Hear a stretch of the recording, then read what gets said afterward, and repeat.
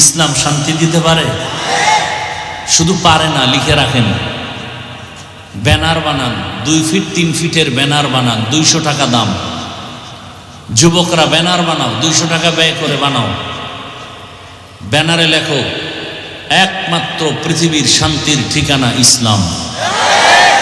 এই ব্যানার বানায় বাজারের মোড়ে মোড়ে লাগাও। আর একটা ব্যানার বানায় লেখো, যতদিন পর্যন্ত জমিনে ইসলাম কায়েম হবে না, ততদিন পর্যন্ত দুর্নীতিবার, পেটনীতি আর চাপাবাজদের আওয়াজ শুনবা, শান্তি কপালে আসবে না। সম্ভব না। আল্লাহ হেদায়াত দান করুন। আমি কোনো দলের পক্ষ বিপক্ষ বলছি? আমি ইসলামের পক্ষে বলছি, কারণ আমার জীবনের মূল ইসলাম, আমার জীবনের মূল কোরআন। ইসলামে যা আছে তা মানি, কোরআনে যা আছে তা মানি, যা নাই তা মানি। তবে এখানে আপনাদেরকে একটা ওয়াদা করাতে চাই। ওয়াদা করতে রাজি আছেন তো? বিশেষ করে যুবকদেরকে বলছি, আমরা অনেকেই ঠিকমতো নামাজ আদায় করি, অনেকে আছে এখানে দাড়ি রাখে না, পর্দা। তার মানে কি আল্লাহকে মানে না? বলেন। আচ্ছা, বাবার সাথে সন্তানের তর্ক হয় কি হয় না? হয়। তার মানে কি বাবারে গালি দিলে মেনে নিবে? কেউ মানবে? সে তো কলারটা ধরে বলবে, এই আমি আমার বাবার সাথে তর্ক করি সেটা ভিন্ন, কিন্তু আমার বাবার অপমান করবি এটা মেনে নিব না। আপনাদের ওয়াদা হতে হবে যে আমি নামাজ ঠিক মতো পড়তে পারি না, দাড়ি ঠিক মতো রাখতে পারি না, পর্দা ঠিক মতো করতে পারি না, কিন্তু আমার ইসলাম আমার জীবনের মূল। ইসলামের অপমান কেউ করবে তা বরদাস্ত করব না।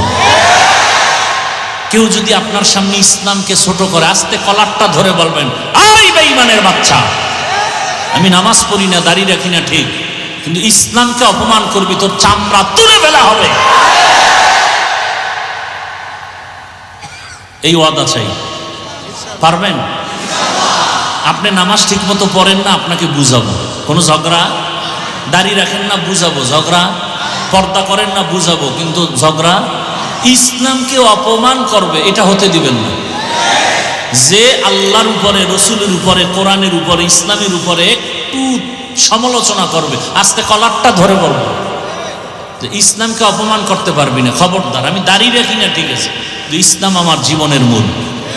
কি পারবেন?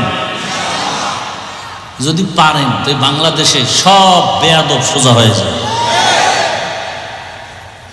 আমি বয়ান করতেছি 20 বছর, ডাউলের পানি আটার রুটি খায় কোরআন হাদিস পড়লাম 24 ঘন্টা। কোরআন হাদিস, কোরআন হাদিস, কোরআন হাদিস। ইংরেজি, অঙ্ক, ভূগোল, ইতিহাস এগুলো পড়ি নাই, ওই লাইনে না। 24টা ঘন্টা বিছানায় প্রস্রাব করি, ওই থেকে মায়ের কোল ছেড়ে দূরে আসছি লেখাপড়া করে। তো 24 ঘন্টা কয় বছর কোরআন হাদিস পড়লাম? বলেন না কেন? 20 বছর ডাউলের পানি আটার রুটি কষ্ট করে করে করে করে গবেষণা করছি কোরআন হাদিস। আয়াত কয়টা, হাদিস কয়টা, অক্ষর কয়টা, জের কয়টা, জবর কয়টা, নামাজের আয়াত আছে কতটা, রোজার আয়াত আছে কতটা, জিহাদের আয়াত আছে কতটা, রাষ্ট্রনীতির আয়াত আছে কতটা, অর্থনীতির আয়াত আছে কতটা, এগুলোর ব্যাখ্যা কি, তাফসির কি, এগুলোর ফাসাহাত কি, বালাগাত কি, গ্রামার কি, এগুলোর মাসআলা কি, সব গবেষণা করতে করতে করতে করতে করতে করতে জীবনের শেষ পর্যায়ে এসে মানুষকে বুঝাইতেছি, এত কষ্ট করে কোরআন হাদিসের সব খুঁটিনাটি শিখলাম, আর বয়ানটা এমন করেন, জুতা পেটা দরকার না? বেয়াদব! আপনারা তো এই শক্তিটা দেখান নাই। যখন আলেমকে বাধা দিছে বয়ানে, সব দাঁড়ায় যেতেন যে তোর বিচার না হওয়া পর্যন্ত এই প্যান্ডেল ছাড়তে পারবি না। আমি আলেমের, সে দুশ্মন হোক যা হোক, কিন্তু আলেম, তাদের মাধ্যমে আমরা আল্লাহ চিনছি।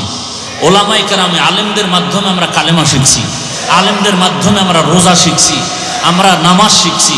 অতএব আমি আলেমের পক্ষে বিপক্ষে বুঝি না, কিন্তু আলেমকে সমাজে অপমান করতে দেওয়া হবে না। করলি কেন?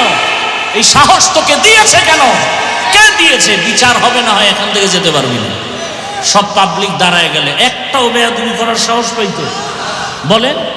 আপনারা বোবার মতো থাকেন কেন? কি সমস্যাটা কি? এখনো তো বহু জায়গায় মাহফিলে বাধা দেওয়া হয়, কারণ কি? কারণটা কি? আল্লাহ হেদায়াত দান করুন।